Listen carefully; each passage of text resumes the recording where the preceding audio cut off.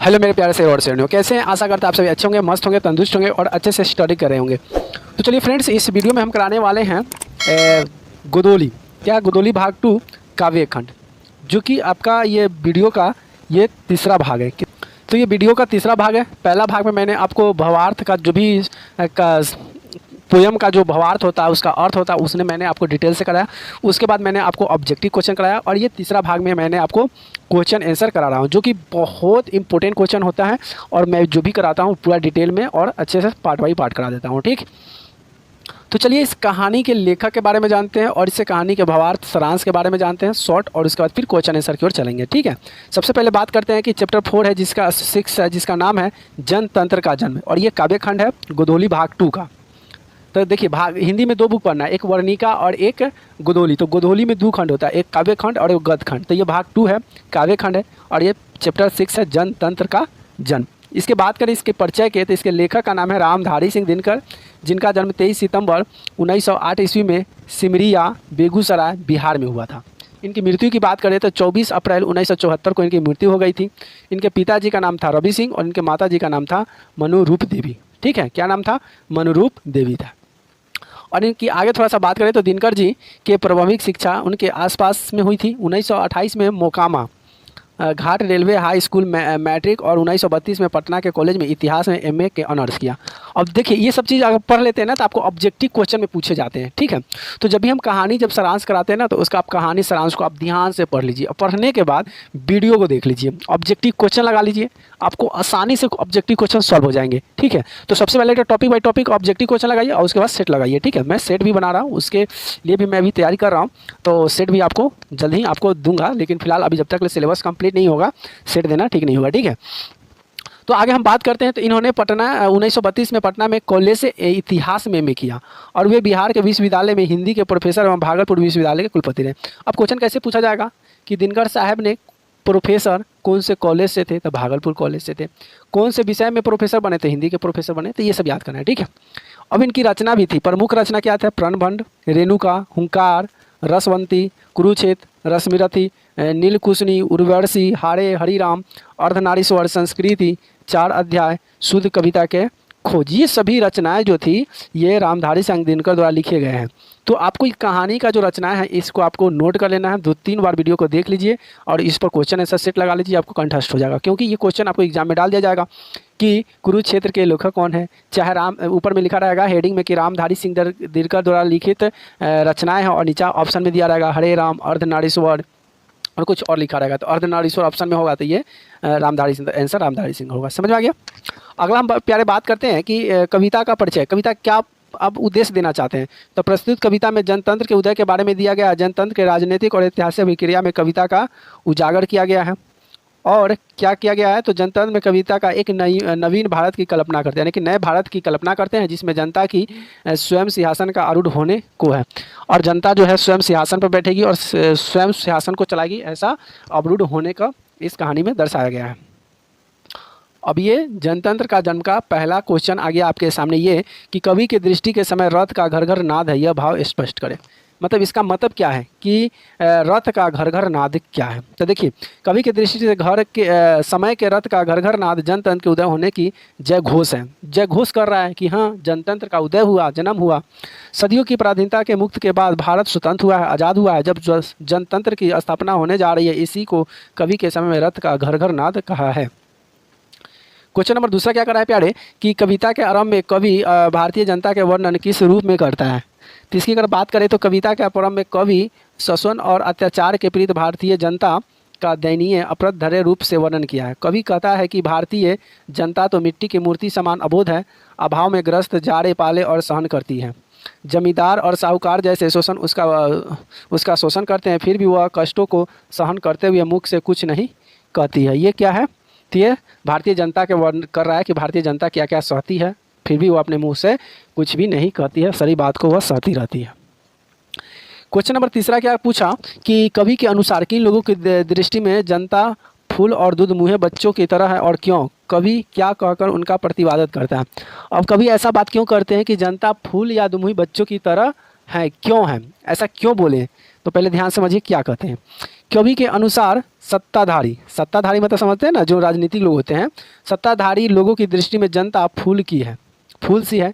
जब चाहो अपने पक्ष में कर लो और उसका मताधिकार प्राप्त कर लो। और सत्ताधारी लोग समझते हैं कि जनता दूधमुखी शिशुओं के समान है, जिसे केवल आश्वासन देकर बहलाया जा सकता है। जनता अपने अधिकार को नहीं जानती, उनके संगठन शक्ति का अभाव भी रहता है। इसीलिए सत्ताभोगी जनता मूर्ख बनाकर स्वार्थी और पूर्ति करते हैं। ऐसे लोगों का कवि का यह कहना प्रतिपादित करता है कि जिस दिन जनता सत्य को जान गई, वह संगठित होकर सत्ताधारी को सत्ता छीन लेगी। एकता में शक्ति होती है और जनता की एकता शक्ति की आगे सत्ताभागियों की समाप्त हो जाएगी। देखिए, कहने का तात्पर्य है कि सत्ताभोगी यानी कि जो राजनीतिक लोग होते हैं, इलेक्शन समय यानी कि चुनाव के दौरान क्या होता है, हमारे घर आते हैं, हमारे दादा काका काकी से बात करते हैं और कहते हैं और उन्हें पैर पकड़ लेते हैं, तो उन्हें बहला कर फुसला कर वो वोट को जी जाते हैं। लेकिन जिस दिन हमारे जनता जाग जाएंगे कि हाँ, ये हमारे चुनाव में लड़ने के लायक नहीं है, ये अच्छे नहीं हैं, ये विश्वासघाती हैं, उस दिन हमारी ये जनता जाग जाएगी और उस दिन जनता सिंहासन को भी तोड़ डालेगी। ये और उनका जो शक्ति है, भोगी है, वह जनता उनको खत्म कर देगी और उनका शक्ति समाप्त हो जाएगा। कवि का कहने का तात्पर्य यही है। अगला हम बात करते हैं, क्वेश्चन नंबर 4 क्या कहता है कि कवि जनता के स्वप्न किस तरह से चित्र खींचता है। तो देखिए, कवि जनता के स्वप्न चित्र इस तरह खींचता है जिसमें कि स्वतंत्र स्थापना होगी और स्वतंत्र शासन के शक्ति जनता के स्वास्थ्य में होगी। जनता स्वयं अपने अधिकार के प्रति चुनेगी। यदि वह जनता की अपेक्षा खरा नहीं सिद्ध होगा तो उसे पद से हटा दिया जाएगा। सही बात है। जब जनता से वादा करो और वादा करने के बाद जनता के विरुद्ध अगर काम नहीं करोगे तो उसको जनता क्या करेगी, आंदोलन करेगी और आपको उसके पद से इस्तीफा देकर उसे हटाना पड़ेगा और हटा भी दिया जाता है। अगला बात करते हैं क्वेश्चन नंबर 5। क्वेश्चन नंबर 5 क्या कर रहा है कि विराट जनतंत्र स्वरूप क्या है। कवि किसके सिर पर मुकुट धरने की बात कही और क्यों कही है। विराट स्वतंत्र के रूप में सबसे बड़ी जनतंत्र देश भारत है। भारत जनसंख्या में विश्व में दूसरे स्थान पर है, लेकिन सबसे बड़े लोकतंत्र देश के होने का गौरव भी प्राप्त है। कवि जनता के सिर पर मुकुट रखने की बात कही है। अब यहाँ से पूछेगा कि कवि ने किसके सर पर मुकुट रखने की बात कही है, तो जनता के सर पर, क्योंकि जनता के उदय में जनता के अपना बलिदान दिया है, जिसके साथ ही जनतंत्र जनता के ही शासक होती है। जनता चाहे तो एक दिन में सरकार गिरा भी सकती है और एक दिन में ही सरकार बना भी सकती है, तो ये जनता के हाथ में है। कवि की दृष्टि में आज के देवता कौन है और वे कहाँ मिलते हैं। देखिए, ये क्वेश्चन भी आपको आप भावार्थ जब आप हम पूरा कहानी का सारांश कराएं तो कहानी आप पढ़ लीजिएगा ना, तो कहानी में पूरा डिटेल में दिया हुआ था, सब कुछ समझ में आ जाएगा। ठीक है, तो इसकी अगर बात करें तो कहाँ है, तो देखिए, कवि की दृष्टि से उत्पादन करने वाले किसान और मजदूर को ही देवता है।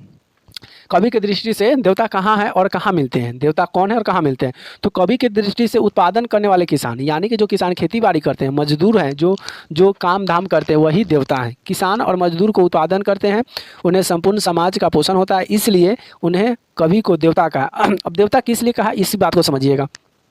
किसान क्या करता है, खाना बनाता है, मतलब खाना यानी कि अन्न को उपजाता है, यानी कि धान है, गेहूँ में जो भी अन्न है, किसान वो चीज़ को उपजाता है। तो उपजाता है तो वह खाना जाता है बाजार में, यानी कि वो अन्न बिकता है, फिर खाते हैं। तो ये खाना जो है अन्नदाता हो गया, यानी कि वो एक तरह का भगवान का वरदान हो गया। यानी कि वही कहा कि मजदूरों को ही भगवान कह दिया। उसके बाद मजदूर जो होता है, घर बनाने वाला, ये सब मजदूर है। ठीक है, भगवान तक आके घर नहीं बनाएंगे, लेकिन भगवान के रूप में ये लोग आते हैं, काम करते हैं, इनको भी भगवान का दर्जा दिया गया। यानी कि कवि का दृष्टि से वो भी भगवान है, समाज के पोषण करता है, इसलिए इन्हें कवि को देवता कहा है। कवि का कहना है कि आज के देवता किसान और मजदूर सड़कों खेतों की खलिहानों में मिलते हैं। तो आज के जो देवता है कहाँ कहाँ मिलेंगे, खेतों में मिलेंगे, खलिहानों में मिलेंगे, ये सब जगह पर मिलेंगे। यानी कि देवता कहा गया है, किसान को, खेतिहर को कहा गया है। क्वेश्चन नंबर 7 देखिए क्या कहता है कि कवि का मूल भाव क्या है, संक्षेप में स्पष्ट कीजिए। तो देखिए, कवि का अगर भाव की बात करें तो कवि इस कविता का मूल्य भाव है कि जीवन का संघर्ष के समान जिसे कवि अग्रस्त मानता है। इस मार्ग पर आत्मविश्वास के साथ मनुष्य को आगे बढ़ना, किसी के सहारे इच्छा नहीं रखना चाहिए।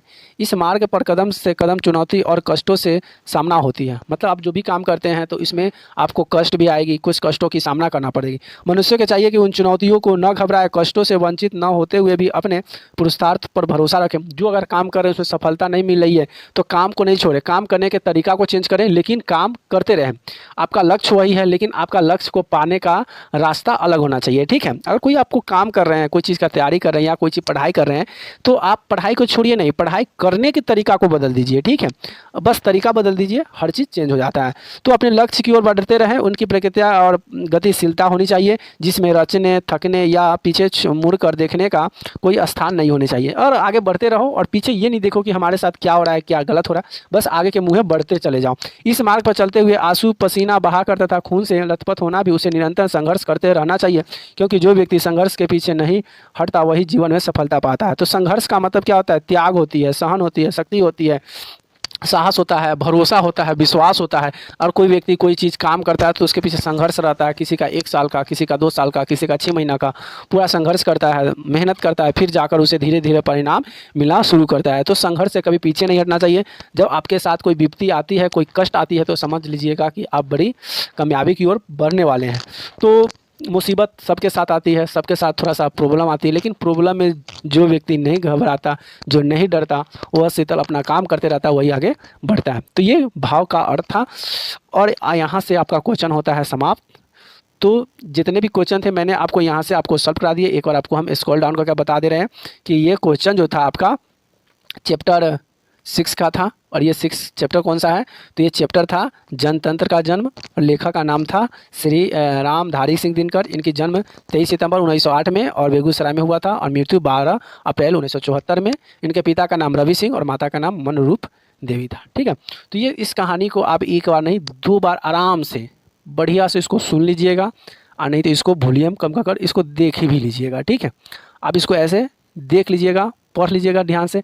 अगर आपको यहाँ से भी नहीं आता है तो बस आपको कुछ भी नहीं करना है, आपको ज़्यादा टेंशन नहीं लेना है। आपको हम फ्री में, बिल्कुल फ्री में दे रहे हैं। और यहाँ पे तो ऐप के माध्यम से आपसे पैसे भी लिए जाएंगे, लेकिन यहाँ से आपको फ्री में मिल रहा है। क्या मिल रहा है फ्री में?